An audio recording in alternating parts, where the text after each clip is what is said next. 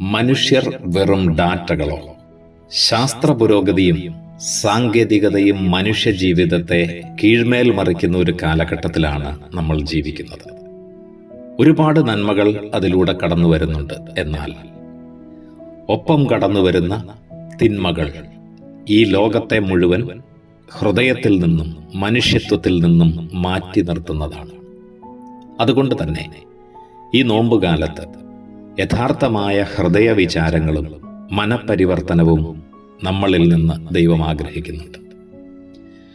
എണ്ണമറ്റ ദാനങ്ങൾക്കും വളർച്ചാ വികാസങ്ങൾക്കും നന്ദിയും എളിമയുമുള്ളവരായി ദൈവത്തെ മഹത്വപ്പെടുത്തി സഹോദരങ്ങളെ ചേർത്ത് നിർത്തി പൊതുഭവനമായ ഈ ഭൂമിയെ സംരക്ഷിച്ച് മുന്നോട്ടു നീങ്ങേണ്ട മനുഷ്യർ ഇന്ന് സാങ്കേതിക ഉപകരണങ്ങൾക്കും നിർമ്മിത ബുദ്ധിക്കും അടിമയായി മാറുന്ന ദൈന്യം, അതാണ് ഈ ലോകത്തെ ഭയപ്പെടുത്തുന്നത്.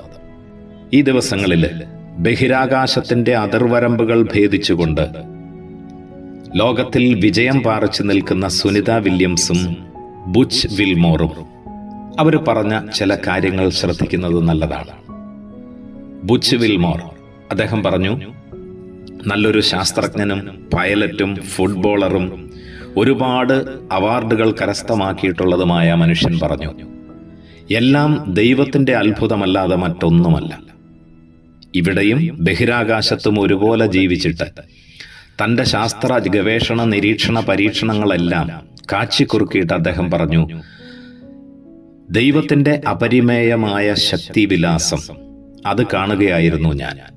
അതെ, ഇതാണ് ശരിക്കും പറഞ്ഞാൽ സന്തുലിതമായ ഒരു വീക്ഷണം. സകലതും ദൈവദാനമായി കാണുകയും അങ്ങനെ ദൈവത്തെ മഹത്വപ്പെടുത്തുകയും ചെയ്യുന്ന ഒരു അവസ്ഥ.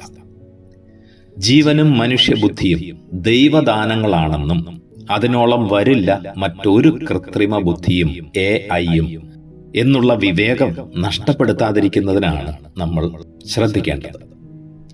ആശയവിനിമയത്തിന്റെയും അറിവിന്റെയും വികാസത്തിന്റെയും കുതിച്ചുചാട്ടങ്ങൾ ഹൃദയഭാവങ്ങളെ മറന്നു മുന്നേറുമ്പോൾ അതാണ് മനുഷ്യകുലത്തിന് ഭീഷണിയായിട്ട് മാറുന്നത്. അവിടെ മനുഷ്യൻ വെറും ഡാറ്റകളായും യന്ത്രങ്ങളായും അധപ്പതിപ്പിക്കുകയാണ്.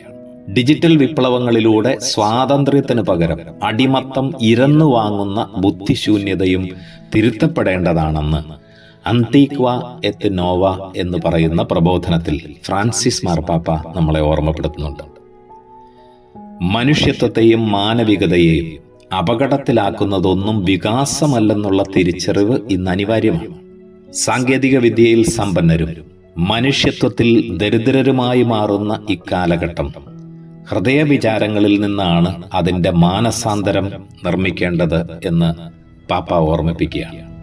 ഐക്യത്തെയും സമഗ്രതയെയും ഹൃദയം പ്രതീകവൽക്കരിക്കുന്നുണ്ട്. ഒപ്പം അത് മനുഷ്യവികാരങ്ങളും ആഗ്രഹങ്ങളും സ്വപ്നങ്ങളുമൊക്കെ കണക്കിലെടുക്കുകയും ചെയ്യുന്നുണ്ട്. എല്ലാറ്റിലും മീതെ ദൈവവുമായുള്ള മനുഷ്യന്റെ കൂടിക്കാഴ്ചയുടെ ഇടമാണ് ഹൃദയം. അതിനാൽ ഹൃദയജ്ഞാനമാണ് മനുഷ്യ സമൂഹത്തിന് പാരസ്പര്യവും പരസ്പരാദരവും പങ്കുവയ്ക്കലും പക്വതയും നൽകുന്നത് എന്ന് വിസ്മരിക്കരുത്.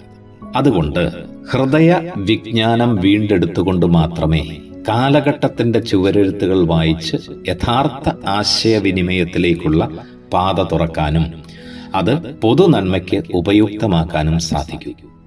അതുകൊണ്ടാണ് എത്ര ശാസ്ത്ര സാങ്കേതിക പുരോഗമനങ്ങളിൽ വളർന്ന് ഉയർന്നു നിന്നാലും ഹൃദയം കൊണ്ട് കാണുക, ഹൃദയം കൊണ്ട് കേൾക്കുക, ഹൃദയം കൊണ്ട് സംസാരിക്കുക. കാരണം മനുഷ്യൻ ദൈവ സൃഷ്ടിയാണ്. ആ സൃഷ്ടിയിൽ ദൈവം നൽകിയിരിക്കുന്ന ഹൃദയഭാവങ്ങളെ സംവേദനം ചെയ്തുകൊണ്ടാണ് അവൻ മാനവ രാശിയുടെ ഭാഗമായിട്ട് മാറേണ്ടതും മനുഷ്യ നന്മയെ ലക്ഷ്യം വെക്കേണ്ടതും. സ്നേഹിക്കാൻ ആഗ്രഹിക്കുന്ന സകലർക്കും ഈശോയുടെ തിരുഹൃദയം ഇടതടവില്ലാതെ പ്രവഹിച്ചുകൊണ്ടിരിക്കുന്ന സ്നേഹമാണ്. ആ സ്നേഹത്തിൽ നിന്നാണ് ഒരു പുതിയ മാനവികത രൂപം കൊള്ളേണ്ടത് എന്ന് ദിലെക്സിത് നോസ് ഹി ലവ്ഡ് us എന്ന പ്രബോധനത്തിൽ ഫ്രാൻസിസ് മാർപ്പാപ്പ നമ്മളെ ഓർമ്മപ്പെടുത്തുന്നുണ്ട്. അതുകൊണ്ടാണ് സ്നേഹത്താൽ തുടിക്കുന്ന ഈശോയുടെ തിരുഹൃദയത്തിൽ നിന്ന് വിവേകവും ശാന്തിയും വിനയവും സ്വീകരിച്ചുകൊണ്ട് കാലോചിതമായ ഒരു നോമ്പനുഷ്ഠാനത്തിലേക്ക് സഭ നമ്മളെ ക്ഷണിക്കുന്നത്. മറക്കാതിരിക്കാം. ശാസ്ത്ര സാങ്കേതിക പരീക്ഷണ ഗവേഷണങ്ങൾ നടത്തി നിൽക്കുന്ന സ്പേസിൽ പോയി തിരിച്ചു വന്ന ബുച്ച് വിൽമോർ, അദ്ദേഹത്തിൻ്റെ വാക്കുകൾ: all these my feelings go back to my faith in Jesus Christ. എല്ലാം ഈശോയിലുള്ള വിശ്വാസത്തിൽ നിന്നാണ് ഞാൻ നോക്കിക്കാണുന്നത്. ദൈവത്തിൻ്റെ വലിയ ശക്തിയാണ് ഈ പ്രപഞ്ചത്തെ, ബഹിരാകാശത്തെ, സ്പേസിനെ ഒക്കെ നിയന്ത്രിച്ചു നിർത്തുന്നത് എന്നുള്ള ഒരു ഹൃദയ വിചാരവും, അവിടെ തുടങ്ങുന്ന എളിമയും വിനയവും, അവിടെ സകലരെയും ചേർത്തുകൊണ്ട് ഒന്നിനും അടിമപ്പെടാതെ സ്നേഹത്തിലും സാഹോദര്യത്തിലും സ്വാതന്ത്ര്യത്തിലും വളരാനുള്ള ആ ക്ഷണം തന്നെയല്ലേ നോമ്പ് നമുക്ക് നൽകുന്നത്? എപ്പോഴും ഓർമ്മിക്കുക, അവർ deal is not with the devil or evil, but with the almighty.